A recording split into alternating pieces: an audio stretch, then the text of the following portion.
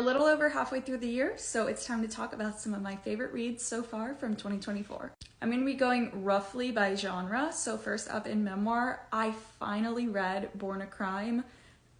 Years I've been meaning to read this, and I listened to the audiobook. It is just as good as everyone says. Outstanding. In horror, I really liked Mona Awad's Rouge. Not quite as much as Bunny, but I still really enjoyed it and would recommend if you like gross and weird stuff. Romance is super predictable. It's a funny story. What can I say? I read other romance novels this year and they didn't do it for me, but this one really did. And as someone who was not super over the moon about Happy Place, this felt like a real turn to form for me for Emily Henry, so I really enjoyed it. In middle grade, I have been rereading the Percy Jackson books over the past couple of years, and for some reason, when I was an actual tween teen, I stopped reading Heroes of Olympus after Mark of Athena. So I just read House of Hades for the first time this year. And oh my god, you guys.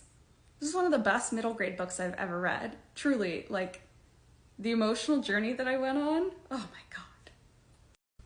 Now, some of you may know that I co-host a YA book podcast. So I have read a lot of YA this year. We've mostly been doing dystopian and fantasy novels from the 2010s. And definitely my favorite reread so far was Divergent. I was really surprised because I did not think I was gonna like it, but I had a good time. And some of the most pleasantly surprising first-time reads were Delirium and Uglies. I've also been reading a lot of nonfiction this year about Hollywood, TV, film, comedy, generally industry stuff because I don't have to for school anymore, so it's been really fun. And by far, one of my favorite books of the entire year is Jesse David Fox's comedy book. He's one of my favorite critics. He hosts a great podcast for Vulture called Good One, a podcast about jokes that I'm a huge fan of. And this book is serious. It gets into some of the darker sides of comedy, but it's also so funny. He has a great voice. I cannot recommend this book enough if you're a big comedy